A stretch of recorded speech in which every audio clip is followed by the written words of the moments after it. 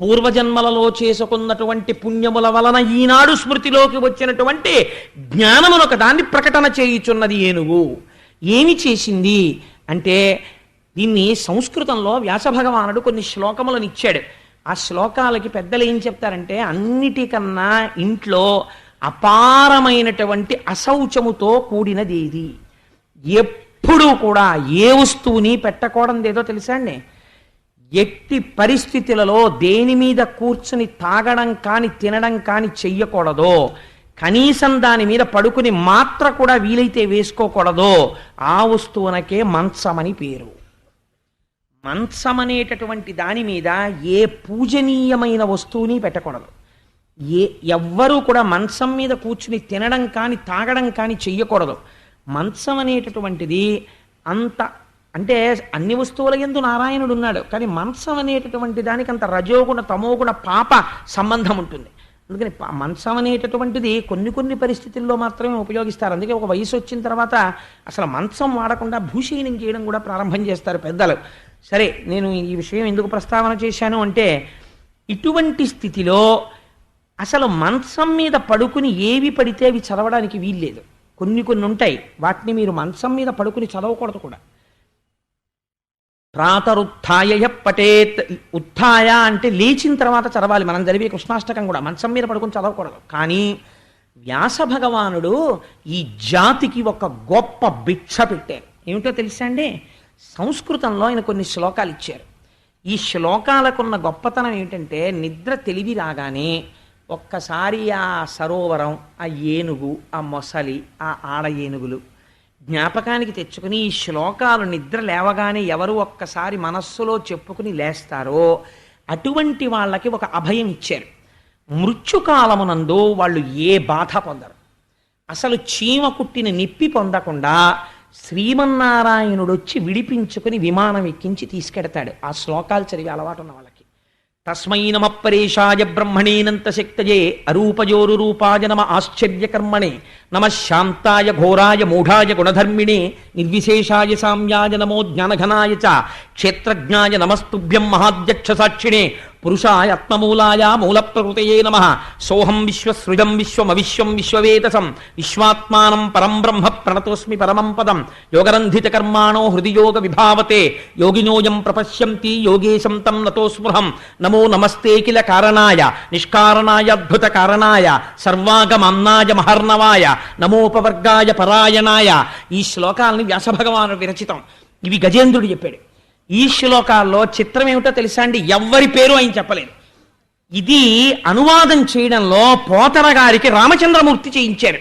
పలికెడిది భాగవతమట పలికించు విభుండు రామభద్రుండట నే పలికిన భవహరమగునట పలికెద వేరొండు గాథ పలుకకనేలా. ఈ శ్లోకాల్ని అనువాదం చేయడం అంటే మాటలా? ఎవ్వని చేజ నించు జగమెవ్వని లోపల నుండు లీనమై ఎవ్వని యందుడిందు పరమేశ్వరుడెవ్వడు మూల కారణం వెవ్వడు అనాది మధ్యలయుడెవ్వడు సర్వము తానయైన వాడెవ్వడు వాని ఆత్మభౌ ఈశ్వరునే శరణంబు వేడదన్. ఇందులో పేరు లేదు, అది గమ్మత్తు. పూర్వకాలంలో నాకు తెలిసి ప్రతి ఇంట్లో నాయనమ్మ నోటి వెంట అమ్మమ్మ నోటి వెంట ఈ పద్యం రాని నాయనమ్మలు అమ్మమ్మలు ఉండేవారు కాదు. దురదృష్టం, ఇవాళ ఎన్ని గంటల ఎన్ని నిమిషాలకి ఎన్నో సీరియల్ వస్తుందో, అది ఏ సంఘటన జరుగుతుందో చెప్పేవాళ్ళు ఉన్నారు, కానీ పద్యాలు అలవాటు పోతుంది. ఇవి భిక్ష పెట్టాయి మన జాతికి, ఆంధ్రజాతికి. పోతనామాచ్యుల వారిచ్చిన కానుక. అదే అనువాదం ఎలా చేశారో చూడండి. ఎవ్వని చేజ నించు జగమెవ్వని లోపల నుండి లీనమై ఎవ్వని యందుడిందు పరమేశ్వరుడెవ్వడు మూల కారణం వెవ్వడనాది మధ్యలయుడెవ్వడు సర్వము తానయైన వాడెవ్వడు వానియత్మభౌ ఈశ్వరునే శరణంబు వేడదన్. ఇప్పుడు ఒక బ్రహ్మగారు రావాలి, విష్ణువు రావాలి, శివుడు రావాలి, సుబ్రహ్మణ్యుడు రావాలి, గణపతి రావాలి, విశ్వక్సేనుడు రావాలి, వినాయకుడు రావాలి. ఇదేమైనా పేరు చెప్తోందా? ఎవ్వరి పేరు చెప్పదు. ఎవరు సృష్టికర్తో, ఎవరు స్థితికర్తో, ఎవరు ప్రళయకర్తో, లోకములన్నీ ఎవరు సృష్టించారో, ఎవరి యందు లోకములున్నాయో, లోకములు ఎవరి యందు పెరుగుతున్నాయో, లోకములు ఎవరి యందు లయమైపోతున్నాయో, ఎవరు అంతటా నిండి నిబిడీకృతమై ఉన్నాడో, ఎవడి మాయ చేత జగత్తుగా కనబడుతోందో అటువంటి వాడు నన్ను రక్షించుగాక అని స్తోత్రం చేస్తోంది. వాడే ఘోరమైన రూపంతో ఉంటాడు, వాడే ప్రసన్నమైన రూపంతో ఉంటాడు, వాడే వరాలిచ్చేవాడిగా ఉంటాడు, వాడే కష్టాలు పెట్టేవాడిగా ఉంటాడు, వాడే శాంతమూర్తిగా ఉంటాడు, వాడే ఉగ్రమూర్తిగా ఉంటాడు. ఇన్ని లక్షణాలు చెప్తోంది, కానీ వాడు ఎవరో చెప్పదు, పేరు చెప్పదు. ఇది ఏనుగు చేసినటువంటి, ఏనుగు చేసిన ప్రార్థనకి 33 కోట్ల దేవతలు లేచి నిలబడ్డారు. ఒరే నిన్ను పిలుస్తోందా నన్ను పిలుస్తోందా అని అనుమానం వచ్చింది వాళ్ళకి. వాళ్ళు అన్నారు నా పేరు లేదంటే నా పేరు లేదని కూర్చున్నారు. ఎవరిని పిలుస్తోందిరా మరి అయితే అన్నారు, ఎవరికీ అర్థం కాలేదు. అని ఒక మాట ఉందండి, చిత్రమైన మాట. ఇది పోతన గారికి చెల్లు. మొన్న నేను తత్వవిధానంద సరస్వతి మహారాజ్తో ఈ విషయమే ప్రస్తావన చేశా. స్వామి మీరన్న ఇంటెలెక్చువల్ ఫిటీక్ పొందడానికి మా పోతన గారు ఇచ్చినటువంటి ఈ చిన్న పద్యం చాలదా అన్నాను. లోకంబులు లోకేశులు లోకస్తులు తెగిన తుది అలోకంబగు పెంజీకటి కావల యవ్వండేకృతి వెలుగు అతని నే సేవింతొన్. ఎప్పుడు సేవిస్తుందిట? నీళ్లలో నిలబడి చచ్చిపోయే ముందు. ఎటువంటి మాట అంటోందో చూడండి. లోకంబులు, ఈ లోకాలు, లోకేశులు, దీన్ని పరిపాలిస్తున్నాం అనుకున్నటువంటి రాజులు దేవతలు, లోకస్తులు, ఈ లోకంలో ఉన్నామనుకున్న వాళ్ళు, తెగిన తుది ప్రళయం వచ్చి ఇవన్నీ ఒకటైపోయి నీరైపోయి ముద్దయిపోయి గాఢాంధకారం కమ్మేస్తే ఈ గాఢాంధకారానికి అవతల అలోకంబగు పెంజీకటి కావల యవ్వండేకాకృతి వెలుగు, ఒక్కడే తానొక్కడే పరంజ్యోతి స్వరూపమై వెలిగిపోతున్నాడు. ఇదే మనం దీపం పెడితే చెప్తాను రోజు పూజలో. నతత్ర సూర్యోభాతి చంద్రతారకం నేమా విద్యుతో భాతి కుతోయమగ్ని తమేవ భాంతమనుభాతి సర్వం తస్య భాషా సర్వమిదం విభాతి అని పసుపో కుంకమో అక్షతో పువ్వో పెట్టి నమస్కరిస్తాం. ఈశ్వర ఎవరి ముందు సూర్యచంద్రులు కూడా ఇక ప్రకాశించరో అటువంటి ఈశ్వర స్వరూపము ఈ దీపశిఖగా వెలుగుతోంది నా ఇంట్లో. కాబట్టి ఇక్కడ ఈశ్వరుడున్న ఇల్లు, నా ఇంటికి అమంగళం జరగదు, నా ఇంటిని శత్రువులు కొట్టలేరు. కారణం కేవల దీపం పెట్టట్లేదు, నేను ఆ పరంజ్యోతిగా ఈశ్వరుణ్ణి ఇక్కడ నిలబెట్టుకుంటున్నాను. భావనామాత్ర సంతుష్టాయై నమః అని అమ్మవారికి పేరు.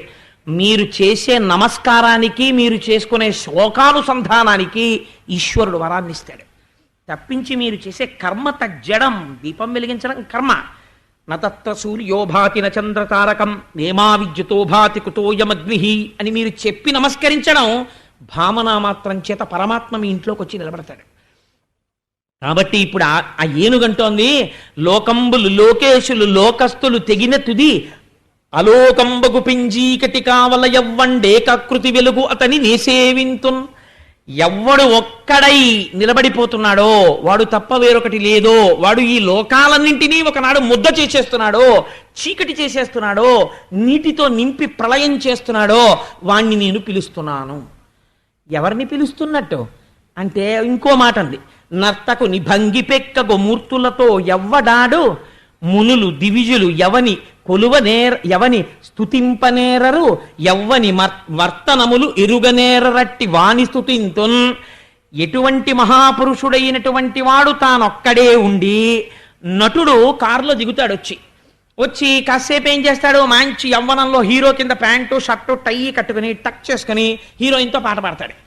ఆ హీరోయే మళ్ళీ ఇంకొక అరగంట అయిపోయేటప్పటికి సినిమాలో మీరు ఇలా టైం చూసేటప్పటికి వృద్ధుడైపోయి తెల్లటి జుట్టుతోటి ఉంటాడు. అదే హీరో ఇంకో పావుగంట పోయేటప్పటికి ముష్టాడైపోయి రోడ్డు మీద తిరుగుతుంటాడు. అదే హీరో మీరు ఇంకో అరగంట పోయిన తర్వాత సినిమా అయిపోయే ముందు చూస్తే పిల్లలందరూ ఇంట్లో తరిమేసి ఇంత సంపాదించి వీళ్ళందరికీ ఇది చేస్తే నేను ఇలా అయిపోయానా అని పిచ్చోడైపోయి రోడ్డు మీద తిరుగుతుంటాడు. ఇంకో పావుగంట అయిపోయి మీరు చూసేటప్పటికి ఒక మహాపురుషుడు ఆయన్ని కనిపించి తత్వబోధ చేసి ఆయన కూడా ఒక మహర్షి అయిపోయి కనిపిస్తాడు. ఆయనే మీ అందరికీ ఆశీర్వచనం చేసి ఓం శాంతి శాంతి శాంతి శుభం అని సినిమా పడిపోతుంది. ఎవరు చేశాడు ఇవన్నీ? ఒక యాక్టరే. ఇంత చేసిన యాక్టర్ గర్భదరిద్రుల్లా ఉంటే మీరు కళ్ళతోడు తీసి ఇలా తుడిచేసుకుంటుంటారు. ఆయనకి కొన్ని కోట్ల ఆస్తుంది, ఆయనేమో గర్భదరిద్రుల్లో నటిస్తున్నాడు. నటన నిజమా? ఆయన నిజ జీవితం నిజమా? నిజ జీవితం నిజం, ఇదేంటిది మాయ, ఆడుతున్నాడు అంతే. అలాగా అలా నర్తకుని భంగి ఒక్కడు పెక్కగు మూర్తులతో ఎవ్వడాడు. ఎటువంటి శ్లోకం వేశారండి, ఎటువంటి పద్యం వేశారండి పోతన గారు. ఉన్నదొక్కడే అనేకులుగా కనపడుతున్నవాడెవడో, అలాంటి వాణ్ణి ఎవరూ స్తుతి చెయ్యలేరో, వాడు చేసే పనుల్ని ఎవరు గుర్తుపట్టలేరో, ఎవ్వరూ చెప్పలేరో, అటువంటి వాడు నన్ను రక్షించుగాక. ఎవరు రావాలి, ఎవరు రక్షించాలి, అసలు ఏమిటి ప్రార్థన, మనలో ఎవడెళ్ళాలరా ఇవన్నీ అడుగుతుందని అందరూ లేచి నించున్నారు. ఎవడి ధనస్సు వాడు చూసుకున్నాడు, ఎవడి బాణం వాడు చూసుకున్నాడు. నాకు 4 ముఖాలు ఉన్నాయి, నా గురించి ఏమంటలేదని బ్రహ్మగారు కూర్చున్నారు. ఏమిటో ఇవన్నీ చెప్తోంది కానీ ఓ నాగభూషణుడు అని కానీ ఇలాంటి మాటలు ఏమి అనలేదు. మరి ఏమో నాకు అప్లై అవుతోందో లేదో అని శివుడు కూర్చున్నాడు, మిగిలిన దేవతలు కూర్చున్నారు. చిత్రం ఏమిటో తెలుసా అండి, అలా కూర్చోవడం వెనకాతల ఒక రహస్యం ఉంది కూడా. ఇప్పుడు ఏనుగడుగుతున్నది రక్షణ, మొసలిని చంపి రక్షించాలి అంటే రక్షణ చేసేవాడు స్థితికారుడైన వాడై ఉండాలి. స్థితికారుడు శ్రీ మహావిష్ణువు కాబట్టి రక్షణ అంతర్లీనంగా ఉంది అందులో. కాబట్టి అందరూ దేవతలు ఎవరి మానాన వాళ్ళు కూర్చున్నారు. కానీ మరి ఏమండి, మీరు ఇంత చెప్పారు కదా, ఇంత గొప్పగా ఏనుగు స్తోత్రం చేసింది కదా, మరి ఎందుకు రాలేదు భగవంతుడు అంటే, ఆ ఏనుగు ఇన్ని చెప్పినా చివరో మాట అంది. ఈయన కలడందురు పరమయోగి గణముల పాలిన్, ఆయన ఎటువంటి వాడు అంటే, కలడందురన్ని దిశలను కలడు కలండనెడు వాడు కలడో లేడో, దానికి అనుమానం వచ్చింది. కలడందురు దీనులయడ కలడందురు పరమయోగి గణముల పాలిన్, కలడందురన్ని దిశలను కలడు కలండనెడు వాడు కలడో లేడో. ఇంత చెప్పేస్తోంది కానీ శ్లోకాలు, ఇంత చెప్పేస్తోంది కానీ పద్యాలు, దానికో అనుమానం. సంశయాత్మ వినశ్యతి. కలడందురు దీనులయడ, చాలా దీనులైనటువంటి వాళ్ళు వర్ధిస్తే వస్తారంటారు. కానీ అలా నిజంగా ఉండి అలా వస్తాడా దీనులైన వాళ్ళు పిలిస్తే? కలడందురు దీనులయడ కలడందురు పరమయోగి గణముల పాలిన్, చాలా భక్తులైనటువంటి యోగి పురుషులైనటువంటి వాళ్ళు పిలిస్తే వస్తారంటాడు. కలడందురు పరమయోగి గణముల పాలిన్,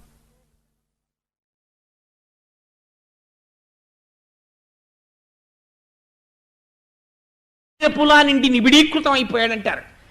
అక్కడికక్కడ రాగలరు అంటారు. ఇందుకలడందులేడని సందేహము వలదు చక్రి సర్వోపగతుండ్, ఎందెందు వెదకి చూచిన అందందే కలటు దానవగ్రని వింటే అని నిన్న ప్రహ్లాదుడు చెప్తే, హరి సర్వాకృతులంకలండనుచు ప్రహ్లాదుండు భాషింప ఎందును లేడు లేడనుచు దైత్యుండు తర్జింప, శ్రీనరసింహకృతి దల్చనచ్యుతుడు నానాజంగమస్థావరోత్కర గర్భంబుల అన్ని దేశముల నుద్దండ ప్రభావంబునన్, సమస్త స్థావరజంగమాత్మకమైన ప్రపంచం నిండిపోయాడు నరసింహమూర్తిని నిన్ననే కదా చెప్పుకున్నాం.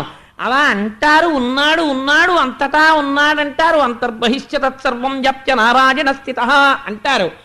కానీ అలా వాళ్ళు అంటున్నారు, కానీ అలా అన్నవాడు నిజంగా ఉన్నాడో లేడో, కలడు కలండనెడు వాడు కలడో లేడో అది అంటే, ఓహో ఇంకా నీకు అనుమానం ఉన్నప్పుడు నేను ఎందుకు రావడం అని ఆయన ఊరుకున్నాడు. దీనికి రామకృష్ణ పరమహంస ఓ చిన్న ఆఖ్యానం చెప్పారు. ఒకసారి వైకుంఠంలో శ్రీమన్నారాయణుడికి కాళ్ళు ఒత్తుతోందట లక్ష్మీదేవి.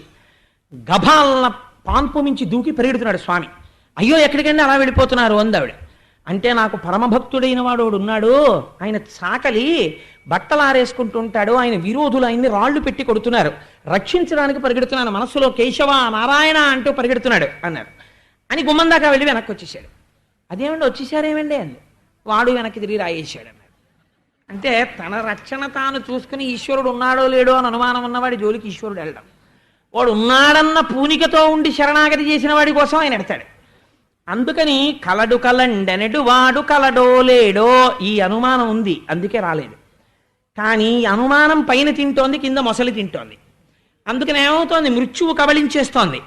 ఆ కాలు డొల్ల చేసేసి ఇంకా ఈ ఏనుకి ఊపిరైపోయింది లేరా అని పిల్ల మొసళ్ళు కూడా వచ్చేసి కొరికేస్తాయి.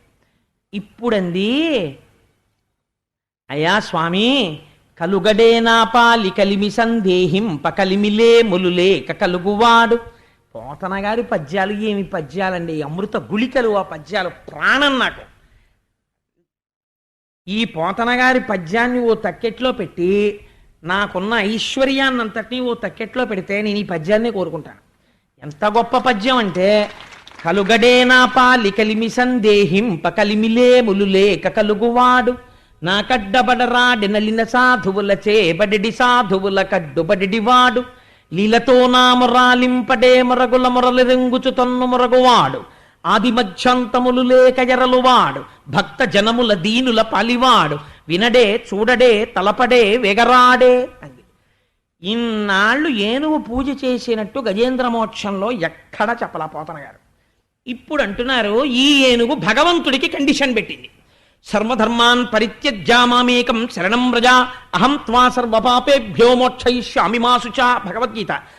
ఆఖరణని నాకేమీ చేత కాదు ఈశ్వరా అని శరణాగతి చేసేయి. ఇంత కాళహస్తీశ్వర శతకం రాసిన ధూర్జట ఆఖరికి అన్నాడు, రోషీరోజదు కామినీ జనుల తారుణ్యోరు సౌఖ్యంబులన్ బాషీబాయదు పుత్రమిత్రధన సంపద్భ్రాంతి వాంఛాలతల్ కోశీకోజదు నామ నంబకట నీకున్ ప్రీతిగా సత్క్రియల్ చేసీచేయదు నా ఈ మనసు త్రుళ్ళనచవే శ్రీకాళహస్తీశ్వర అంటాడు. ఇలా సేవ చేసినట్టుంటుంది, జారిపోతుంది. పుణ్యం చేసినట్టుంటుంది, జారిపోతుంది. ఎప్పుడు భార్య బిడ్డల మీద తిరుగుతుంటుంది. ఈ మనస్సును నేను నిగ్రహించుకోలేను, నువ్వు నిగ్రహించు అంటాడు. కవులు స్వేచ్ఛ అండి. వాళ్ళు ఎంత అందంగా మాట్లాడతారో తెలుసా? నాకు నిజంగా ధూర్జటి కాళహస్తీశ్వర శతకంలో చాలా ఇష్టమైన పద్యాలు రెండు ఉన్నాయి. ఒకటో పద్యం ఏమిటో తెలుసా అండి? ఈశ్వరుణ్ణి ఇలా నిలదీసేవాడు ఎవడుంటాడండి? పాలున్ బువ్వయు పెట్టదన్ కుడువరా పాపన్న రాయన్నలే లెమ్మన్న అరిటి పండ్లు కొనితే లేకున్నన్ వల్లనంటే తల్లిదండ్రులపుడే తెచ్చి వాత్సల్య లక్ష్మీ లీలావచనంబులన్ కుడుపరా శ్రీకాళహస్తీశ్వర అంటాడు. ఆయన పెద్ద ఆఫీసర్ గారే.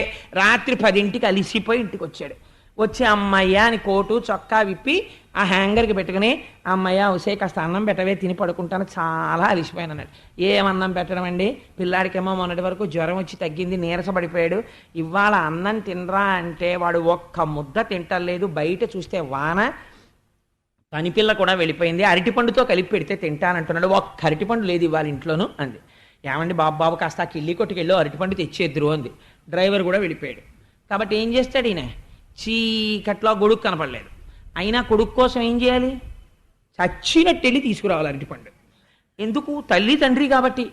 అందుకని ఏం చేశాడు? ఓ గొడుగో తువ్వాలో వేసుకుని ఆ కిళ్ళి కొట్టుకుపోయి ఓ అరటిపండు అట్టుకొస్తే అరటిపండు పిసికి అన్నం పెడితే వాడు నాన్నగారండి అని ఇలా చూస్తూ గుట్టుకు మింగేశాడు. తిన్నావా, నన్ను ధరించేవరా నాయన అనుకుని అప్పుడు స్నానం చేసి వచ్చి ఈయన అన్నం తిన్నాడు. కన్నందుకు వెళ్ళి తెచ్చాడా లేదా అరటిపండు? పాలుంబువ్వయు కుడువరా పాపన్న రాయన్న లే లెమ్మన్న. ఎటువంటి పేరు ఎట్టుకున్నారు చూడండి, పాపన్న. నాకు అన్ని పాపాలే ఉన్నాయి. అందుకని ఒరే పాలు బువ్వ పెడతాను రా తినరా, నువ్వేమో వేదం చెప్పాను, భగవద్గీత చెప్పాను, ఉపనిషత్తులు చెప్పాను అంటే నేను పాపన్నని, నాకేం ఎక్కం. నువ్వేం చెయ్యాలి? నువ్వు తల్లివి తండ్రివి, నువ్వు చదువుకోలేదని నువ్వు వెళ్ళిపోతే నువ్వేం కుదరదు. నువ్వేం చేయాలో తెలుసా? పిల్లాడు ఏం చేస్తాడు? అరటి పండ్లు కొనితే లేకున్నన్ వల్లనంటే, అరటి పండ్లు తెస్తే తప్ప నేను అన్నం తిండంటే తండ్రి వెళ్ళి తెచ్చాడా లేదా? అలాగే నువ్వేం చేస్తావు? నేను ఎక్కడో చేసిన ఓ పుణ్యం వెతుక్కుని చిన్న పుణ్యం పట్టుకుని ఒరే నువ్వు ఎంత పుణ్యం చేశావురా అని నీలో కలిపేసుకున్నాడు. నీకంటే ఎవడు చెప్తాడు? శ్రీశైలేషు భజింతునో యభవు కాంచీనాథు సేవింతునో కాశీవల్లభు కల్వబోధన మహాకాళేషు పూజింతునో నా శీలం బడువైన మేరువణుచున్ రక్షింపవే నీ కృపా శ్రీ శృంగార విలాసహాసములచే శ్రీకాళహస్తీశ్వర. ఎంత గడుసుతనం అండి ధూర్జటిది నిజంగా. అలా ఇక్కడ ఈయనంటున్నాడు, వచ్చేవాడు ఎలా రావాలి? కలుగడే నా పాలి కలిమి సందేహింప కలిమిలే ములులేక కలుగువాడు. వీడు డబ్బున్నవాడా డబ్బు లేనివాడా, వీడు ఇంతకుముందు నన్ను ఏమైనా పూజ చేశాడా పూజ చేయలేదా, పుణ్యం చేశాడా పుణ్యం చేయలేదా, ఇవన్నీ చూసేవాడు కాడు నా స్వామి. నేను ఇప్పుడు బుద్ధొచ్చి శరణాగతి చేస్తే నన్ను రక్షించే తత్వం ఉన్నవాడు. ఆయనకి డబ్బున్నవాడు డబ్బు లేనివాడు అన్న భేదం లేనివాడు. వృషద్విచిత్రతల్పయో భుజంగ ముక్తికస్రజో గరిష్టరత్నోష్టయో సుహృద్విపక్షపక్షయో తృణారవింద చక్షుషో ప్రజామహీ మహేంద్రయో సమత్ప్రవర్తయన్ మనక్కదా సదాశివం భజే అంటాడు రావణుడు. అలా ద్వంద్వములు లేనివాడు, ఏకత్వం ఉన్నవాడు. అందుకుని వాడు నన్ను కాపాడాలి. కలుగడే నా పాలి కలిమి సందేహింప కలిమిలే ములులేక కలుగువాడు నా కడ్డబడరాడి నలిన సాధువులచే బడిడి సాధువుల కడ్డుపడివాడు. చాలా సాధు పురుషులైనటువంటి మహాభక్తులైనటువంటి వాళ్ళు స్తోత్రం చేసినంత మాత్రం చేత పరిగెత్తుకుంటూ వచ్చి రక్షించినటువంటి స్వరూపం ఉన్నటువంటి పరమాత్మను రక్షించాలి. ఎలా రావాలో తెలుసా? లీలతో నా మురాలింపడే మురగుల మురలిరుంగుచు తన్ను మురగువాడు. దీనికోసమని ప్రహ్లాదుడి కోసం వచ్చినట్టు అక్కడి నుంచి రాలేదండి. వచ్చేటప్పుడు నువ్వెప్పుడో ఇన్నాళ్ళు పూజ చేయకుండా చచ్చిపోయే ముందు ఆ నీళ్లలో నిలబడి నన్ను పిలిస్తే నేను వచ్చేస్తానేటయా అని రాకూడదు. నువ్వు తప్ప దిక్కు లేదని నేను చెప్తున్నాను ఇవాళ. అందుకు నువ్వు ఎలా రావాలో తెలుసా? నిన్ను నువ్వు మరిచిపోయి ఇత పూర్వం సృష్టిలో ఎన్నడూ జరగని రీతిలో అసలు అలా పరమాత్మ వస్తాడా అన్నట్టుగా నిన్ను నువ్వు మరిచిపోయి రావాలి నేను చేసిన శరణాగతికి. ఇది శరణాగతి యొక్క గొప్పతనం. అన్నీ విడిచిపెట్టి ఈశ్వరా నువ్వే దిక్కు అన్నవాడిని వాడు ఎంత చేతకాని వాడై నమ్మి ఈ మాట అన్నాడో అంత చేతనైన వాడై ఆయన రక్షిస్తాడు. ఆయన శక్తి అప్పుడు ప్రకటమవుతుంది ఈశ్వరుడిది. అందుకని లీలతో నామరాలింపడే మొరగుల మొరలెరుంగుచు తన్ను మొరగువాడు ఆది మధ్యాంతములు లేక జరలువాడు. ఆయనకి తుది లేదు, మొదలు లేదు, మధ్య లేదు. ఆది మధ్యాంతములు లేక జరలువాడు, అంతటా ఉన్నవాడు. కానీ నా కోసం వచ్చినప్పుడు ఇలా ఠంగున వచ్చేస్తే నేను ఒప్పుకోను. ఎక్కడి నుంచో తనని తాను మరిచిపోయి రావాలి. ఆది మధ్యాంతములు లేక జరలువాడు భక్త జనముల దీనుల పాలివాడు వినడే చూడడే తలపడే వెగరాడే తొండమెత్తి అరుస్తోంది అన్ని దిక్కుల వంక చూస్తూ. ఈశ్వర, విని నువ్వు వచ్చే స్వభావం ఉన్నవాడివి, ఎందుకు రావు? ఇలా రావాలి, నేను శరణాగతి చేస్తున్నాను, నువ్వు తప్ప నాకిప్పుడు దిక్కు లేదు అని. లావొక్కింతజు లేదు ధైర్యము విలోలంబయ్య ప్రాణంబులా ఠావుల్ తప్పెను మూర్ఛవచ్చ తనువుండస్యన్ శ్రమంబయ్యడిన్ నీవే తప్పజి తప్పరం బెరుగ మన్నింపందగుం దీనునిన్ రావే ఈశ్వర కావవే వరద సంరక్షింపు భద్రాత్మక. శరణాగతి చేసింది. లావొక్కింతజు లేదు, తనకి ఏమి లేవో చెప్తోంది. ఇప్పుడు నాకు బలం లేదు, నోటితో చెప్పడం కాదండి, ఇక్కడి నుంచి చెప్పాలి. అది లావొక్కింతజు లేదు, నాకు బలం లేదు. ప్రాణంబులా ఠావుల్ తప్పెను, పంచప్రాణములు వాటి వాటి స్థానములలోంచి కదిలిపోయాయి, కింద మొసళ్ళు తినేస్తున్నాయి. మూర్ఛ వచ్చే, ఇంకా నాకు మెల్లిగా భ్రమ కలుగుతోంది, నాకేమీ తెలియడం లేదు. మూర్ఛ వచ్చే తనువుండసెన్, ఇప్పుడు నేను తామర పువ్వుని తీసి మనస్సులో నిన్ను స్మరించి కూడా ఇలా విడిచిపెట్టలేను. ఈ నీటిని ఈశ్వరుడిగా భావించి ఇలా వదలలేను. ఇందుకని ఇప్పుడు తొండం ఎత్తడానికి నాకు ఓపిక లేదు. తనువుండసెన్ శ్రమం బయ్యడిన్, ఏమిటో అలసట తెలియదు, అంత శ్రమగా ఉంది. ఈ శ్రమ దేనికి పోతుందో తెలియట్లేదు. తనువుండసెన్ శ్రమం బయ్యడిన్, మృత్యు అవస్థని వర్ణిస్తున్నారండి. నీవే తప్పయి తప్పరం బిరుగా, ఇప్పుడెందనవలసిన మాట, నువ్వు తప్ప నాకు వేరొక దిక్కు లేదు. కాబట్టి నీవే తప్పయి తప్పరం బెరుగా మన్నింపందగున్ దీనునిన్, నా తప్పులన్నీ క్షమించు దీనుణ్ణి. రావే ఈశ్వరా, ఈశ్వరా నువ్వు రావాలి. కవవే వరదా, వరములిచ్చేవాడా. ఈ మాట వల్ల స్థితికారుడై వచ్చాడు రక్షించి. ఇప్పుడు వరం ఇవ్వాలి, ప్రాణం రక్షించాలి. వరద అని సంరక్షింపు భద్రాత్మక, నన్ను రక్షించవయ్యా భద్రాత్మకుడా అని పిలిచింది. పిలిచి స్పష్టమైనటువంటి శరణాగతి చేసింది. ఓ కమలాప్త, ఓ వరద, ఓ ప్రతిపక్ష విపక్ష దూర కుయ్యో, ఓ శరణాగతామరానోక, ఓ మునీశ్వర మనోహర, ఓ సుగుణోత్తమ, రావే కరుణింపవే తలపవే శరణార్థిని నన్ను కావవే అంది. అయ్యా ఓ కమలాప్త, కమలముల కన్నింటికి బంధువుడైనటువంటి వాడివి, నీ దర్శనం అయితే ఇలా విచ్చుకుంటాయి. కనగారు పొంగిపోతారు మహాభారతంలో. నీరజాకరములు నిష్టయై చేసిన భవ్యతపంబు ఫలమనంగా దినసముఖాకి నందిత చక్రయుగ్మకంబులయనురాగంపు బ్రోవనంగా అని. మళ్ళీ ఇప్పుడు ఆ భారతం అవి మళ్ళీ ఎందుకు వచ్చిన గొడవ కానండి. అందుకని ఆ ఓ కమలాప్త, ఆ కిరణములు పడేటప్పటికీ ఇలా కమలములు విచ్చుకునేటట్టు చేయగలిగినటువంటి ఆప్తబంధువా. ఓ కమలాప్త, ఓ వరద, వరములిచ్చేవాడా.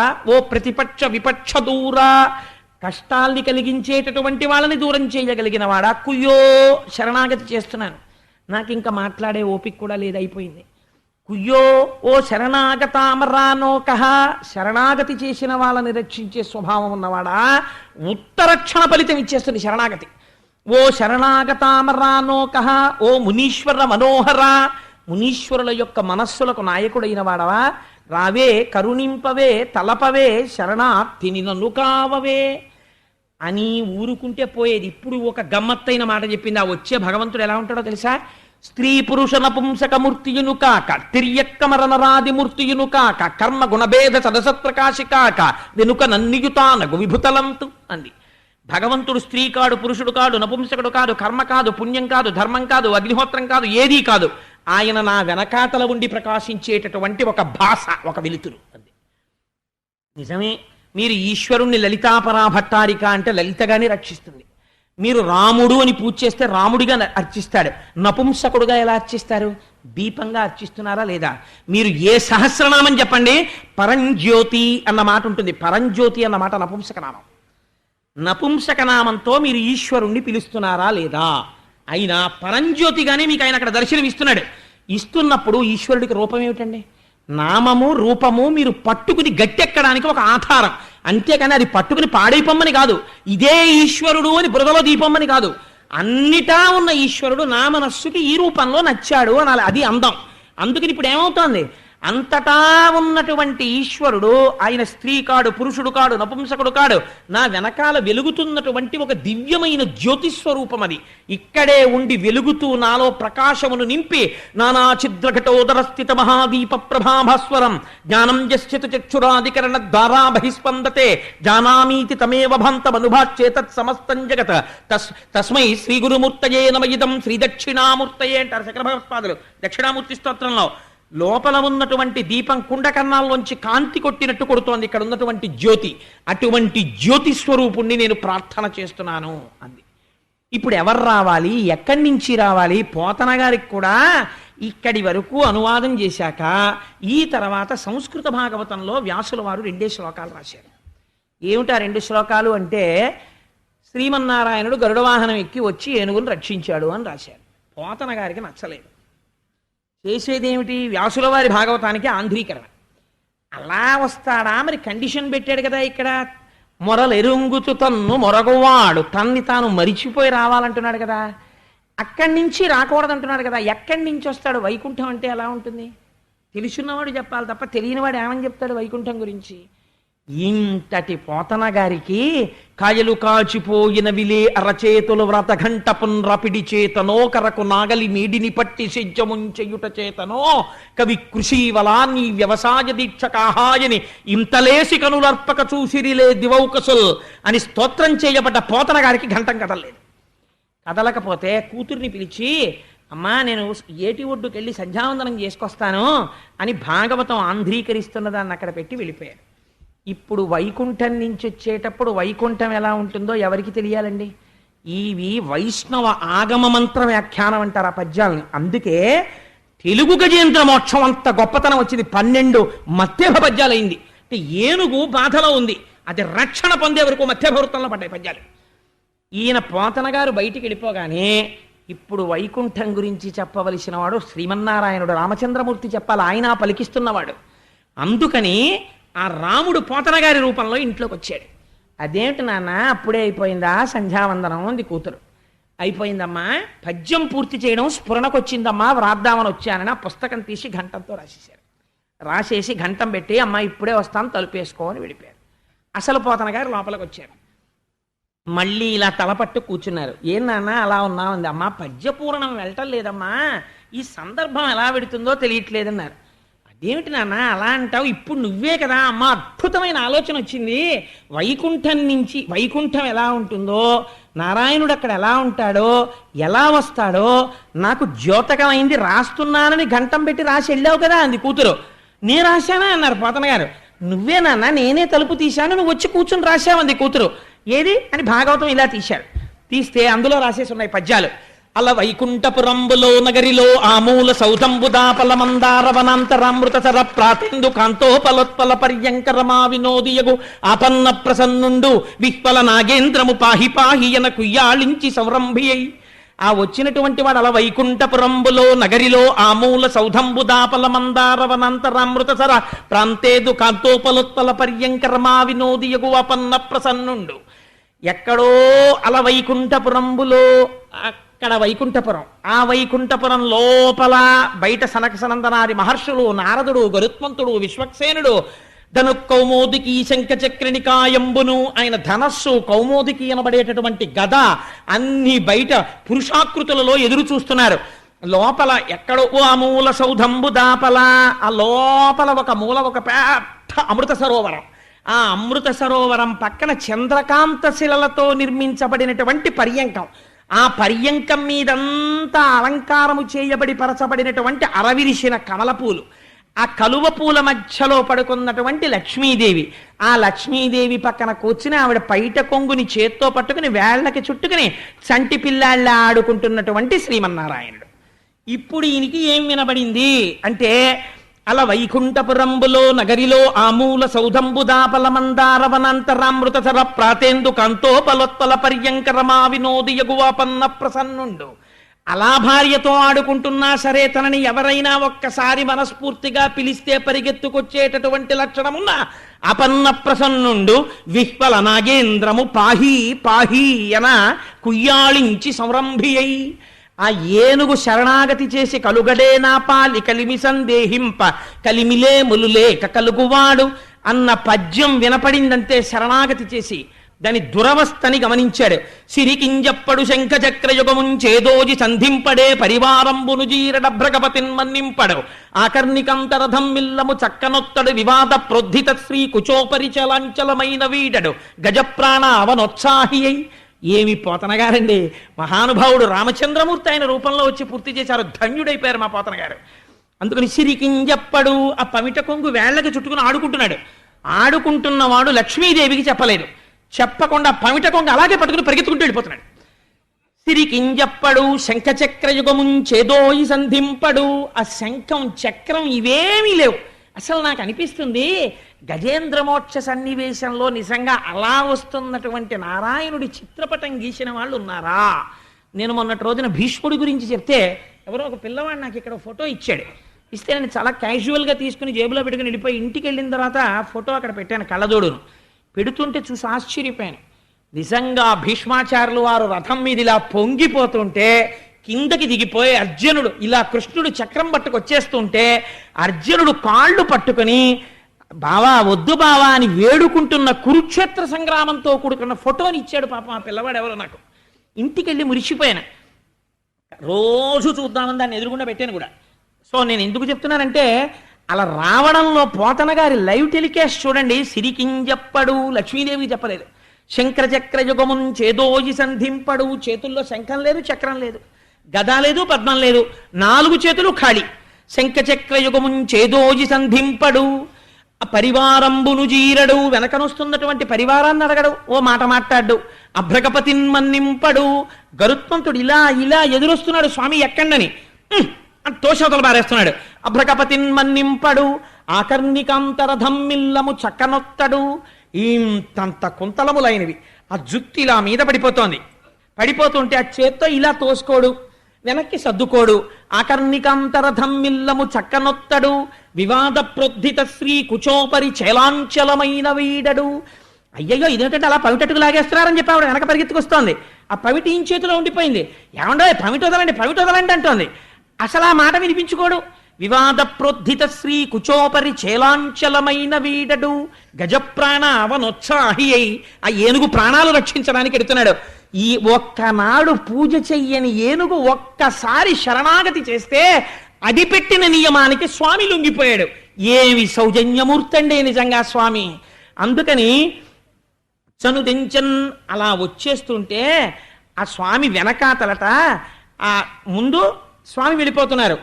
వెడుతుంటే శంఖచక్రనికాయంబును తన వెంటన్ సిరిలచ్చి వెంట నవరోధ వ్రాత ముందాని వెంక పక్షీంద్రుడును ధన కౌమోదికి శంఖచక్రనికాయంబును ధజనీకాంతుడు నారదుండు తావొచ్చి రొయ్యన వైకుంఠపురంబునన్ కలుగుమారాబాల గోపాలమున్. ఒక లైవ్ టెలికాస్ట్ ఇచ్చారండి. మనం అందరం ఇలా కూర్చుని ఉండగా అలా వెళ్ళిపోతున్నట్ట స్వామి. పట్టు పీతాంబరం కట్టుకుని జలధర దేహు నాజాను చతుర్బాహు సరసీరు హక్షు విశాలవక్షు శంఖచక్ర గదా పద్మహస్తు అని వర్ణించినట్టుగా పట్టు పీతాంబరం పట్టుకుని వెళ్ళిపోతుంటే అమ్మవారి కొంగు పట్టుకుని వెళ్ళిపోతుంటే అమ్మవారు పమిట జారిపోతుందని ఇలా 2 చేతులతో పట్టుకుని ఆవిడ గబగబా వెళ్ళిపోతుంటే తన వెంటన్ సిరి లచ్చి వెంట నవరోధ వ్రాతమున్ అంతఃపురకాంతలందరూ పరిగెత్తున్నారట. అవరోధ వ్రాతమున్ దాని వెనుక పక్షీంద్రుడును ముందుకెడితే తోసేస్తున్నాడని వెనక గరుడ వాహనం పరిగెడుతోందిట. దాని వెనుక పక్షీంద్రుడును దాని వెనుక ధను కౌమోదికి శంఖచక్రని గాయంబును. శంఖము చక్రము కౌమోదికి శార్ంగం అనేటటువంటి ధనస్సు ఆ బాణముల యొక్క ఆ పెట్టుకునేటటువంటి తూణీరము ఇవన్నీ కూడా వెనకాతల పురుష రూపాన్ని దాల్చి పరిగెత్తుకొచ్చేస్తున్నాయిట. శంఖచక్రని కాయంబును ధజనీకాంతుడు విశ్వక్సేనుడు నారదుడు వచ్చేస్తున్నాడు. తావొచ్చి రొయ్యన వైకుంఠపురంబునన్ కలుగువార్ అబాల గోపాలమున్. ఆ వైకుంఠపురంలో ఉన్న పిల్లాడి దగ్గర నుంచి ముసలాళ్ళ వరకు అందరూ వచ్చేస్తున్నారు ఆకాశంలో. అందుకే ఎప్పుడైనా ఎవరింటికైనా చాలా మంది వచ్చేస్తుంటే తన వెంటన్ సిరి అన్నట్టు ఇలా వచ్చేసారంటారు మన వాళ్ళు. పోతన గారి పద్యాలు తెలుగుదేశం మీద ముద్ర వేసేసేయండి. తెలుగుదేశం మీద అంటే నా ఉద్దేశం ఆంధ్రదేశం మీద అని. అందుకని తెలుగు వాళ్ళ మనస్సుల మీద అంత ముద్ర వేసాయి. అందుచేత తన వెంటన్ సిరిలచ్చి వెంట నవరోధ వ్రాత ముందాని వెనుక పక్షీంద్రుడును ధన కౌమోదికి శంఖచక్ర నికాయంబును ధజనీకాంతుడు నారదుండు తావొచ్చి రొయ్యన వైకుంఠపురంబునన్ కలుగువార అబాల గోపాలమున్. అంటే అమ్మవారి దగ్గరికి వెళ్ళి అడుగుతున్నారు, అమ్మా అసలు ఎక్కడికి వెళ్తున్నాడమ్మా, నీకు తెలుస్తుంది కదా ఆయన సంగతి, ఇలా ఎప్పుడైనా వెళ్ళాడా ఇంతకు పూర్వం, ఎటమ్మా ఇలా వెళ్ళిపోతున్నాడు అనుకున్నారట. అంటే అమ్మవారు అందిట, తను వెంచేయు పదంబు పేర్కొనడనాథ స్త్రీ జనాలాపముల్ వినెనో మృత్యులు మృత్యురించి రఖలుల్ వేద ప్రపంచంబులన్. ఇలా వెళ్ళిపోయేటటువంటి సందర్భాలు కొన్ని ఉన్నాయి. ఈయన ఎప్పుడు వెళ్ళిపోతుంటారో తెలుసా, ఆవిడికి తెలుస్తాయి రహస్యాలన్నీ, ఇంటి ఆవిడికి. ఆయన ఈ టైంలో వెళ్ళారంటే ఖచ్చితంగా ఎక్కడికే వెళ్ళరా, శివాలయంలో పడి ఉంటాడు, అక్కడ ప్రదక్షిణం చేస్తుంటాడంటుంది. ఆవిడికి తెలుసు ఈయన సంగతి. అందుకని చనుది ఆ వచ్చినటువంటి వాడు అలా వచ్చేస్తున్నాడు ఎవరికీ చెప్పకుండా అంటే ఆయన తప్పకుండా వేద ప్రపంచంబులన్, ఎవరో కలులు వేద ప్రపంచాన్ని తస్కరించారు, సోమకుడు తస్కరించినట్టు, అప్పుడు వెడుతుంటారు. లేకపోతే ఏదైనా సభలలో ఆర్తి చెందినటువంటి కాంతలు గోవిందా అని ప్రార్థన చేస్తే వెడతాడు.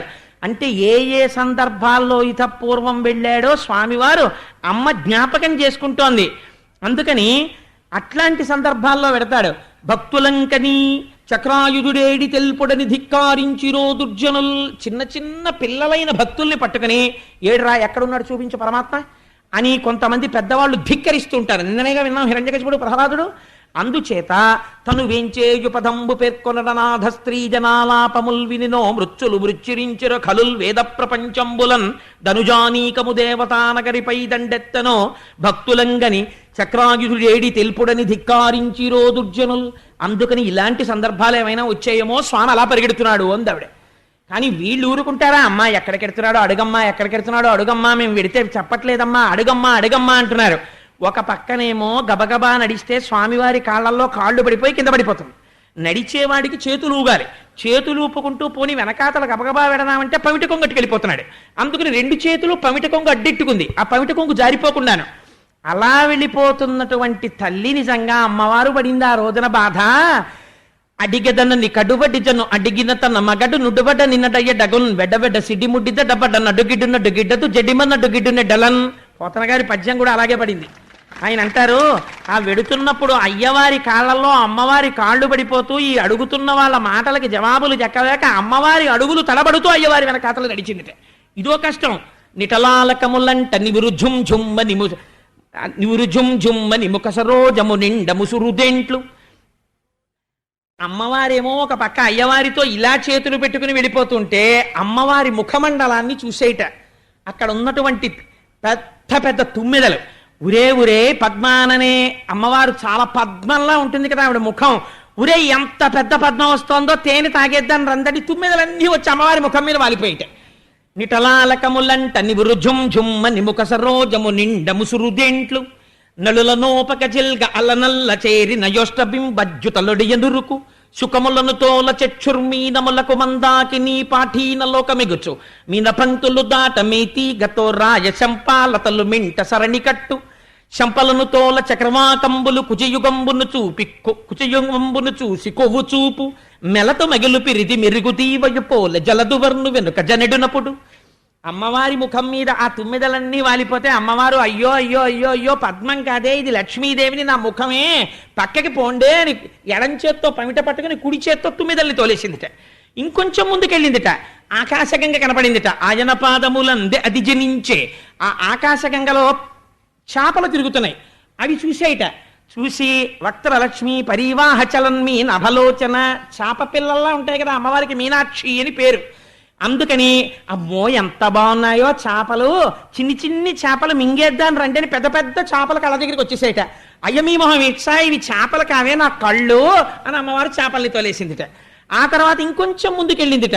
వెళ్ళేటప్పటికి మీతీగతో రాయశంపాలతలు మింట సరణిగట్టు. అమ్మవారు అయ్యవారితో వెడుతున్నప్పుడు ఎలా ఉంటుందంటే నీలతోజిత మధ్యస్థ విద్యుల్లేకే భువాస్వర మంత్రపుష్పంలో వాక్యం తెచ్చుకున్నారు పోతన గారు. జలదువర్ను వెనుక జనెడినప్పుడు మేఘం మధ్యలో మెరుపు తీగల అమ్మవారు ఎడుతోంది వెనకాల. అమ్మవారిని చూసి మెరుపులు అనుకున్నాయిట, ఓహో ఇంద్రుడు ఆజ్ఞిచ్చేళ్ళ ఉంది వర్షం కురవమని, మెరుపు వెళ్ళిపోతుంది, అయ్యో పెద్ద మెరుపు మనము వెళ్ళాలని మెరుపులన్నీ వచ్చేసి అమ్మవారి పక్కన మెరుపులు మొదలెట్టేట. అయ్య మీ మొహం ఇచ్చా, నేను మెరుపు తీగను కాదే, నేను లక్ష్మీదేవిని పొండి పండని అమ్మవారి మెరుపు తీగల్ని పంపించేసిందిట. నిటలాలకములంట నివురు ఝుమ్ ఝుమ్మ నిముక సరోజము నిండ ముసురుదేంట్లు నల్లుల నోపక జిల్క అలనల్ల చేరి నయోష్టబింబజ్జుతలొడి ఎనురుకు. అదో చిత్రం. అమ్మ సరస్వతీదేవి బ్రహ్మలోకంలో కూర్చుని ఉంటే ఒక గమ్మత్తోటి ఉంటుంది. భారతీదేవి ముంజేతి పలుక చిలుక సద జగజాన సద్బ్రహ్మచారి మాకు వేదశాస్త్ర పురాణాది విద్యలెల్ల తరుణి నియాన ఘంటాపదంబు మాకు అంటారు చిత్రలీయంలో. సరస్వతీదేవి దగ్గర ఉండేటటువంటి చిలుక హంస ఈ రెండింటికి కూడా వేదాంగాలు వచ్చేసి ఉంటాయి. అందుకని అమ్మవారి దగ్గర ఉండేటటువంటి చిలుక దొండపండు తినడానికి అలవాటు పడి ఉంటుంది. దానికి దొండపండు అంటే చాలా ఇష్టం. సరస్వతీదేవి దగ్గర కూర్చున్నటువంటి చిలుకలుట అలా వెళ్ళిపోతుంది. అమ్మవారు లక్ష్మీదేవి వెళ్ళిపోతుంటే అమ్మవారి యొక్క అధరాన్ని చూసేట కింది పెదివిని, అమ్మో ఎంత ఆరముగ్గిన దొండపండో కొరికేద్దాని రెండన చిలకలు వచ్చేసేట. అమ్మవారి చిలకల్ని తోసేసి మీ మొహం ఇట్లా ఇది నా పెదవే అది దొండపండు కాదని చిలుకల్ని తోసేసిందిట. ఎన్ని కష్టాలంటే అమ్మవారికి. నిజంగా ఆ స్థితిలో అమ్మవారిని అంత గొప్పగా వర్ణించారు పోతనామాచ్యుల వారు. ఇలాంటి తల్లి జలదువర్ణు వెనుక జనెడునప్పుడు ఆ మేఘస్వరూపంతో ఉన్నటువంటి శ్రీ మహావిష్ణువు వెనకాతల అమ్మవారు ఇలా వెళ్ళిపోతుంటే ఆయన అంటారు, ఆ తాటంకాచలనంబుతో నటభుజద్ధమ్మిల్ల బంధంబుతో శాటీముక్త కుచంబుతో. అమ్మవారి పేరు చెప్పేటప్పటికీ పోతన గారికి ఒళ్ళు తెలియదండి. చెప్పేది గజేంద్ర మోక్షం శ్రీ మహావిష్ణువు కదా. పద్యాలు తీసుకెళ్లి అమ్మవారి మీద వేస్తున్నారు. ఎందుకని? నమ్మితి నామ నంబున సనాతనులైన ఉమామహేషులన్ అంటుంటారు. అమలగన్నయమ్మ ముగురమ్మల మూలపుటమ్మ చాలా పెద్దమ్మ సురారులమ్మ కడుపారడి బుచ్చినయమ్మ తన్ను లోనమ్మిన వెల్పుటమ్మల మనంబున ఉండెడియమ్మ దుర్గమాయమ్మ కృపబ్ధినిచ్చుట మహత్వ కవిత్వ పటుత్వ సంపదల్. అటువంటి స్థితి కదా అయింది. అందుకని ఆ అమ్మవారి పేరు చెప్పేటప్పటికి ఎంత సంతోషమో. అందుకని ఆ కదులుతున్నటువంటి తాటంకాచలనంబుతో నటభుజద్ధమ్మిల్ల బంధంబుతో శాటీభుక్త కుచంబుతో నధుడ చెంచత్కంచితో శీర్ణలలాట లేపనముతో మనోహర కర గ్రాహీ హస్తంబుతో. ఎన్ని రకాలుగా ఉందంటే ఆవిడ కోటీందు ప్రభతో ఉరోజభర సంకోచద్ది లగ్నంబుతో. లక్ష్మీదేవిని కళ్ళకి కట్టి చూపించారండి విష్ణు భగవానుడి వెనకాల పెడుతున్న లక్ష్మీదేవి. అమ్మవారు ఎలా ఉందంటేట తాటంకాచలనమ్ముతో. ఆ అమ్మవారి తాటంకాలు ఎన్నడైనా నడిచి వెళ్ళిందా మా తల్లికి? ఆవిడికి ఏం అవసరం? ఆవిడంత గబగబా నడిచి వెళ్ళిపోతూ ఇలా పమిట పట్టుకుని వెళ్ళిపోతుంటే చెవులకు పెట్టుకున్న తాటంకాలు ఇలా ఊగుతున్నాయిట. అవి ఊగుతుంటే అమ్మవారి ఎర్రటి చెక్కిళ్లల్లో ప్రతిఫలిస్తుంటే స్ఫురద్గండాభోగ ప్రతిఫలిత తాటంక జుగుళం చతుశ్చక్రం మన్యేతముఖమిదం మన్మదరథం యమారుహ్యదృహ్యత్కమనిరథమర్కేందు చరణం మహావీరోమార ప్రమదపతయే సంగీతవతే అంటారు సుందరలహరిలో శంకరాచార్యుల వారు. అలా అమ్మవారి యొక్క తాటంకములు ఊగుతున్నాయిట. తాటంకాచలనంబుతో భుజనటద్ధమ్మిల్ల బంధంబుతో. చేతులు ఇలా పెట్టుకుని గబగబా నడవడంలో భుజాలు ఇలా ఇలా కదలడంలో పెద్ద జుట్టుముడి కబరీబంధం ఆవిడిది.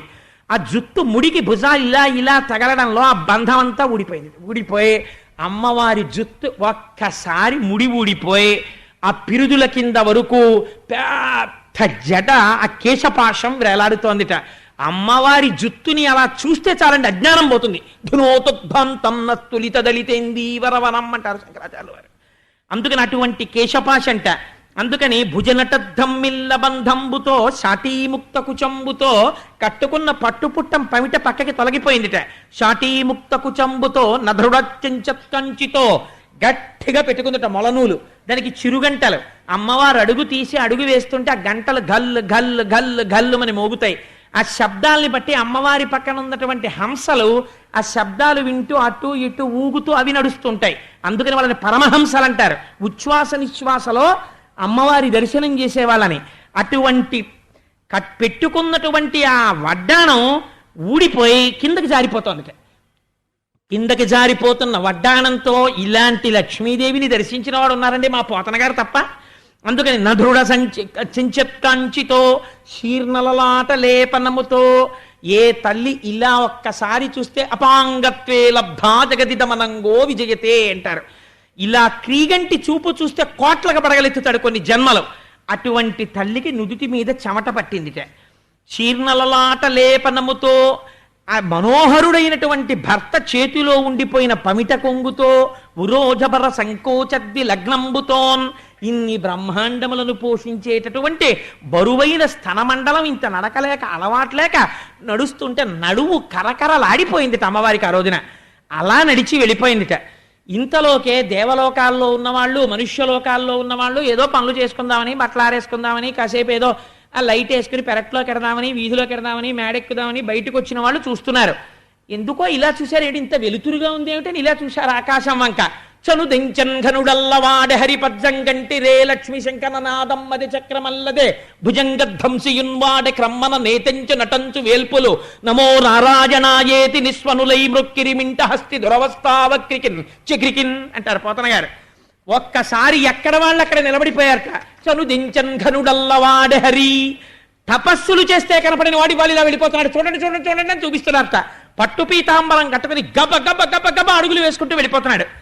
భార్య ఎందుక ఏమండో హరే కాడు, చనుదించన్ ఘనుడల్లవాడ హరి పజ్జంగంటి రే లక్ష్మి, తెల్లటి బట్ట కట్టుకుని అదిగో మా అమ్మవారు ఆవిడ వెళ్ళిపోతోంది. నిత్యానపాయనీం నిరవద్యాం దేవదేవ దివ్య మహిషీం, మా తల్లి వెళ్ళిపోతోంది.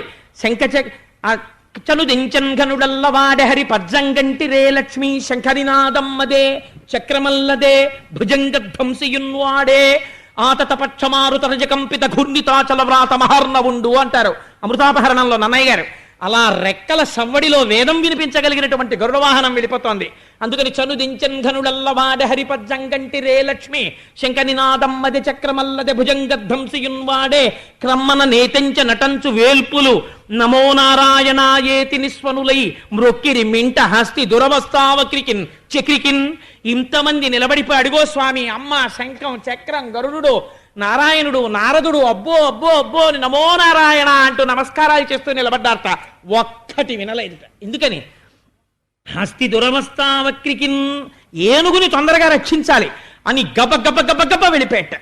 వెళ్ళిపోయి ఆ సరోవరం దగ్గరికి వెళ్ళి నిలబడి సుదర్శన చక్రాన్ని పిలిచి వెళ్ళి ఆ మొసలి కుత్తుక కత్తిరించేయి అన్నాడు.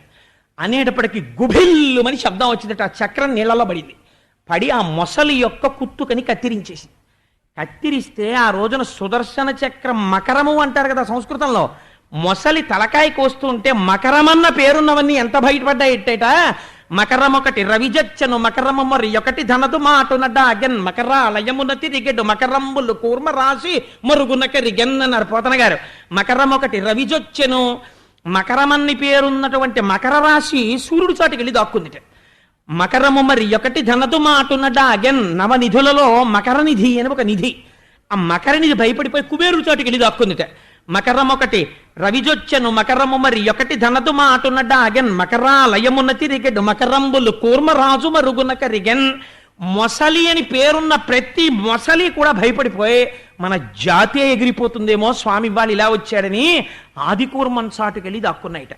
మకరమన్న పేరున్నవన్నీ పారిపోయిట.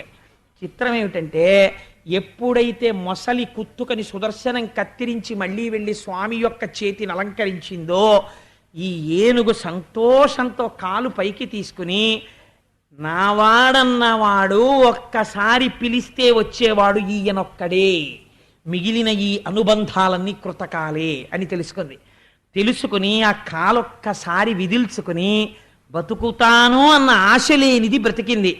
మెల్లగా ఒక తామర పువ్వును ఒక దాన్ని తీసుకుని మెల్లగా అడుగులేస్తూ గట్టెక్కుతోంది. అయ్యా బతికేశారండి అని కబురు వెళ్ళిందంటే మళ్ళీ వచ్చేసారు అందరూ. భార్యలు గబగబా నీళ్లు పోశారు ఒడ్డు నించుని. ఇప్పుడుట పూర్వం వెర్రి లేదుట. అందరికీ షేక్ హ్యాండ్ ఇచ్చింది. ఎలాగో తెలుసా అండి? తొండమును తొండముతో కలిపింది అన్నారు పోతన గారు. బయటికి వచ్చి తామర పువ్వుని తీసుకెళ్లి శ్రీమన్నారాయణుడి యొక్క పాదముల మీద పెట్టి కుంభస్థలమును వంచి నమస్కరించిందిట. దానిలో ఉన్నటువంటి జ్యోతి బయలుదేరి శ్రీమన్నారాయణుని యొక్క రూపాన్ని పొందింది. శంఖచక్ర గదా పద్మాలతో పొంది ఆయన పక్కన నిలబడి వైకుంఠానికి వెళ్ళిపోయింది. మొసలి చనిపోయినప్పుడు అందులోంచి ఒక గంధర్వుడు వచ్చాడు. ఆ గంధర్వుడు గంధర్వలోకానికి వెళ్ళాడు. ఈ ఏనుగుకి ఇంత పుణ్యం ఎక్కడి నుంచి వచ్చిందయ్యా, ఎలా పిలిచింది నారాయణుడిని, అది చెప్తే కానీ నేను ఒప్పుకోనన్నారు పరీక్షిత్. అంటే అప్పుడు ఒకనాడానృపుడచ్యుతున్మనములో నూహించుచున్ మౌనియ్య కళంక స్థితియున్నచో కలచుజుండచ్చోటికిన్ వచ్చి లేవక పూజింపకయున్న మౌనికని నవ్యక్రోధుడై మూఢాలుబ్ధకిరింద్రోత్తమయోని పుట్టుమని శాపం బిచ్చ భూవల్లభ. ఒకనాడు ఇంద్రజుమ్న మహారాజు గారు ద్రవిడ దేశాన్ని పరిపాలించేవాడు. అష్టాక్షరి మహామంత్రోపదేశాన్ని పొంది ఒకనాడు అంతఃపురంలో అయితే కొంచెం ఇబ్బందిగా ఉంది, ఊరికి చివరగా ఉన్నటువంటి పర్వత శిఖరం మీద కూర్చుని అష్టాక్షరి ఉపాసన చేద్దామని అక్కడికి వచ్చి మంత్రజపం చేస్తున్నాడు. అగస్త్య మహర్షి వచ్చారు అక్కడికి. వచ్చేటప్పటికి నేను మంత్రజపం చేసుకుంటున్నాను కదా అని లేవలేదు, పూజింపలేదు. పూజించకపోతే అగస్త్య మహర్షికి ఆగ్రహం వచ్చి మంత్రజలాలు తీసి, నువ్వు తమోగుణంతో ప్రవర్తించావు కనుక ఏనుగు యొక్క యోని యందు జన్మించదవుగాక అని శపించారు. ఎక్కడికో పోతే అక్కడికి అగస్త్యుడు రావడం ఎందుకు, శాపం ఇవ్వడం ఎందుకండి అని మనకు అనుమానం వస్తుంది. అగస్త్యుడు ఎందుకు వచ్చాడో తెలుసా అండి? లేచి అగస్త్యుడికి పూజ చేసుంటే ఆ జన్మలోనే మోక్షం పొందేవాడు. మహాపురుషులైనటువంటి వారు మీ ఇంటికి ఏనాడు వస్తారో ఆనాడు మీ పూజ ఫలించిందని గుర్తు. ఊరక రారు మహాత్ములు వారధముల ఇండ్ల కడకు వచ్చుటలెల్లన్ కారణము మంగళములకు మీరొచ్చుట శుభము మాకు నిజము మహాత్మా. వాళ్ళు ఎందుకు వస్తారు అనవసరంగా? వాళ్ళని తరచు ఈశ్వరుడు పంపిస్తున్నాడు అంటే వారి పద రజస్సుని ఇంట్లో పడి నిన్ను ఏదో గొప్ప మంగళం ఇవ్వడానికి వాళ్ళని పంపిస్తాడు. ఒక మంచినీటి బొట్టు అయిన బుచ్చుకుని వెళ్ళిపోయారనుకోండి, చాలు నీ జన్మ సార్థకత పొందేసింది అనమాట. భగవత్ సేవ కన్నా భాగవత సేవ గొప్పది. పూజ చేస్తున్నా సరే మహాభక్తులైన వాళ్ళు వస్తే పూజ అక్కడ ఆపి లేచి వచ్చి ముందు వీళ్లతో మాట్లాడి పంపి కుడి చెవి మీద చెయ్యి వేసుకుని పూజ పూర్తి చెయ్యాలి. అలా లేవలేదు ఇంద్రజుమ్నుడు. అగస్త్యుడంతటి వాడి పట్ల నిరాదరణ కట్టి కుడిపేస్తుంది. అలా జరగకుండా మరుజన్మలో మోక్షం పొందేట్టు ఏనుగు యోనిలో పుడతావని శాపరూపంలో అనుగ్రహించాడు. అది మహర్షి అంటే. అందుకని ఈనాడు ఏనుగుగా పుట్టి గత జన్మలో చేసినటువంటి మంత్రానుష్ఠాన ప్రభావం వల్ల ఈ జన్మలో ప్రాణం పోయేటప్పుడు శ్రీమన్నారాయణుడు గుర్తొచ్చి శరణాగతి చేశాడు. కాబట్టి ఒంట్లో ఓపికండగా పుణ్యం చేసి నామం చెప్పుకోవడం నేర్చుకో. అందుకే మహాశివరాత్రి నాడు శివాష్టోత్తర పారాయణం చేయించాలని నిర్ణయం చేసుకున్నాం. ఇదే కదా మనని రక్షించేది అని. సరే, అందుచేత మరి ఆ గంధర్వుడెవరు? మొసలిలోంచి వెళ్ళినవాడు అంటే ఒక మహాత్ముడి పట్ల ఈయన ఇటువంటి అమర్యాద చూపాడు. ఆయన గంధర్వుడు, ఆయన పేరు హూహు. ఆయన ఒకనాడు నీటిలో నిలబడి స్నానం చేస్తున్నాడు గంధర్వకాంతలతో కలిసి. మద్యపానం చేసి ఉన్నాడు. పక్కన అప్సరసలున్నారు. మదోన్మత్తుడై ఉన్నాడు. అదే సమయంలో దేవళ మహర్షి వచ్చి స్నానం చేస్తున్నారు. ఆయన తపస్వి. ఉరప్పంజరం బయటికి వచ్చేసి బక్క చిక్కిపోయి ఉన్నాడు. అప్సరసలతో కలిసి స్నానం చేస్తున్నాను కదా, హాస్యం ఆడితే వాళ్ళు నవ్వుతారనుకుని, చూడు బక్కాడు ఎలా ఉన్నాడో, ప్రేగులు బయటకు వచ్చేసి ఎలా ఉన్నాడో, ఎముకలు బయటకు వచ్చేసి ఎలా ఉన్నాడో అంటున్నాడు. వాళ్ళు నవ్వుతున్నారు కదా అని ఇంకా ఆయన అవమానిస్తున్నాడు. వీళ్ళు పగలబడి నవ్వుతున్నారు. నవ్విన వాళ్ళు బాగానే ఉన్నారు. వాళ్ళని బాగా సంతోష పెడదామని నీటి కింద నుంచి ఈదుతూ వచ్చి ఆ దేవల మహర్షి కాళ్ళు పట్టి లాగేశాడు. ఆయన అర్ఘ్యం ఇస్తూ నీళ్లలో కింద పడిపోయి లేచి అన్నారు, నాన్న నీకు నీళ్ళడుగు నుంచి వచ్చి కాళ్ళు పట్టి లాగడం చాలా సంతోషంగా ఉంది కనుక నీళ్ళ అడుగు నుంచి వచ్చి కాళ్ళు లాగే అలవాటున్న మొసలివై జన్మించదవుగాక అని చెప్పించారు. మహాత్ముల జోలికెడితే అలాంటివే వస్తాయి. కాబట్టి ఏమైంది? మొసలై పుట్టాడు. ఈ జన్మలో శ్రీమన్నారాయణుని యొక్క చక్రధారల చేత కంఠం తెగిపోయింది. మోక్షం రాలేదు, శాప విమోచనం అయిందంతే. గంధర్వుడై గంధర్వలోకానికి వెళ్ళిపోయాడు. ఈ గజేంద్ర మోక్షాన్ని చెప్పి ఒడ్డున నించున్నటువంటి శ్రీమన్నారాయణుడు ఒక మాట చెప్పారు. అయ్యా, ఎవరైతే ఇప్పటి వరకు భాగవతంలో చెప్పిన కథలన్నీ ఒకెత్తండి, ఒక్క గజేంద్ర మోక్షం ఒక్కటి ఒకెత్తు. ఈ గజేంద్ర మోక్షమనబడేటటువంటి కృష్ణానుభావమైన గజరాజు రక్షణ కథ విను వారికి యశములిచ్చును దురితాపహంబు దుస్వప్ననాశంబు దుఃఖ సంహారంబు పొద్దున మేల్గాంచి పూతవృత్తి నిత్యంబు పఠించు నిర్మలాత్మకులైన విప్రులకు బహు విభవమరు సంపదలు కల్గు పీడలు శాంతి పొందు సుఖము వర్ధిల్లు శోభిల్లు సంతానములు అని ఎవరైతే ఈ గజేంద్ర మోక్షమనబడేటటువంటి కథని శ్రద్ధగా వింటున్నారో, అందున విశేషించి గొప్ప గొప్ప వ్రతాలు ఏమైనా చేసిన తరువాత గజేంద్ర మోక్షాన్ని వినడం ద్విగుణీకృత పుణ్యం. అలా వింటే, లేదా మామూలుగా చేతులు ఒగ్గి నమస్కరిస్తూ స్వామి యొక్క ఈ కథని ఎవరు వింటున్నారో అటువంటి వారికి దుస్వప్ననాశంబు, దుస్వప్నముల వలన వచ్చేటటువంటి బాధలు పోతాయి, రోగములు పరిహరింపబడతాయి, దరిద్రము తొలగిపోతుంది, సంపదలు కల్గు ఐశ్వర్యం కలిసొస్తుంది, పీడలు శాంతి పొందు, గ్రహదోషముల వలన పీడలు వస్తుంటే ఆ పీడలు తొలగిపోతాయి, పీడలు శాంతి పొందు, సుఖము సిద్ధించు. అపారమైన సుఖం కలిగి మనశ్శాంతితో ఉంటాడు. వర్ధిల్లు శోభనములు, ఇంట్లో అస్తమానం మంగళతోరణం కట్టి శుభకార్యాలు చేస్తూనే ఉంటాడు. వర్ధిల్లు శోభనములు, ప్రతిరోజు ఏ కోరిక లేకుండా ఈ పద్యాల్ని నిరంతరం అలా చెప్పుకునే అలవాటు ఉన్నటువంటి బ్రాహ్మణుడు ఎవడున్నాడో అటువంటి బ్రాహ్మణుడు అంత్యకాలమునందు యమదర్శనము చేయడు. వాడు శ్రీమన్నారాయణ దర్శనాన్ని పొంది ఆయన విమానంలో వైకుంఠాన్ని చేరుకుని మోక్షం పొందుతాడు అని నారాయణుడు అనుతినిచ్చే శ్రీమన్నారాయణుడే స్వయంగా ఫలస్తుతి చెప్పినటువంటి మహోత్కృష్టమైనటువంటి గజేంద్ర మోక్ష గాథని ఇవాళ కృష్ణ భగవానుడు మనని అనుగ్రహించి నా చేత పలికించి నన్ను చేతకానివాడు పలుకుతున్న ఉదార బుద్ధితో మా స్వామి కథ అన్న భక్తితో విన్న మీకు ఎంతటి కటాక్షం అబ్బాలో. అందుకని అంత పరమ పవిత్రమైన ఆఖ్యానమైన గజేంద్ర మోక్షాన్ని సంతోషంగా పూర్తి చేశాం. కృష్ణానుభవమైన అన్నారు కాబట్టి ఇవాళ మనం సంతోషంగా అన్ని నామాలు కృష్ణనామాలే. ఒక్కసారి ఇవాళ నామం చెప్పి బయలుదేరదామండి. ఎందుకంటే అదే కదా రక్షించింది ఆ ఏనుగుని. అందుకని అందరూ చెప్పి బయలుదేరండి. వసుదేవసుతం దేవం వసుదేవసుతం దేవం కంసచాణూరమర్దనం కంసచాణూరమర్దనం దేవకీ పరమానందం దేవకీ పరమానందం కృష్ణం వందే జగద్గురుం కృష్ణం వందే జగద్గురుం అతసీ పుష్పసంకాశం అతసీ పుష్పసంకాశం హారనూపురశోభితం హారనూపురశోభితం రత్నకంకణకేయూరం రత్నకంకణకేయూరం కృష్ణం వందే జగద్గురుం కృష్ణం వందే జగద్గురుం మందారగంధ సంయుక్తం మందారగంధ సంయుక్తం చారుహాసం చతుర్భుజం చారుహాసం చతుర్భుజం పరిహిపించావచూడాంగం పరిహించాచూడాంగం కృష్ణం వందే జగద్గురుం వందే జగద్గురుం ఉత్ఫుల్ల పద్మపత్రాక్షం ఫుల్లపద్మపత్రాక్షం నీలజీమూత సన్నిభం నీలజీమూత సన్నిభం యాదవానాం శిరోరత్నం యాదవానాం శిరోరత్నం కృష్ణం వందే జగద్గురుం కృష్ణం వందే జగద్గురుం రుక్మిణీ కేళీ సంయుక్తం వినీకేళీ సంయుక్తం పీతాంబర సుశోభితం పీతాంబరశోభితం అవాప్త తులసీగంధం అలాక్త తులసీగంధం కృష్ణం వందే జగద్గురుం కృష్ణం వందే జగద్గురుం గోపికానాం కుచద్వంద్వం గోపికానాం కుజద్వంద్వం కుంకుమాంకిత వక్షసం కుమాంకిరవక్షసం శ్రీనికేతం మహేశ్వాసం శ్రీనికేతం మహేశ్వాసం కృష్ణం వందే జగద్గురుం కృష్ణం వందే జగద్గురుం శ్రీవత్సాకం మహోరస్కం జీవత్సాకం మహోరస్తం వనమాలా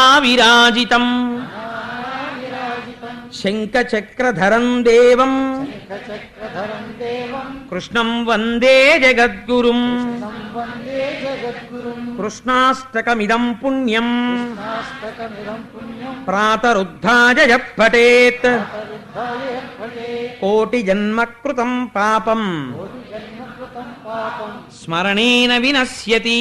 మరణేన వినశ్యతి. మన యందు లక్ష్మీదేవి యొక్క కృప కలిగింది అనడానికి నేను ఒక ఉదాహరణ చెప్పనండి. 45 రోజుల కార్యక్రమం చేసేటప్పుడు ఏ రోజు ఏదొస్తుందో ప్లాన్ చేయలేం కదా. If you like this video, hit the like button. For more videos, subscribe to our channel. If you have learned anything from this video, comment down below. Subscribe.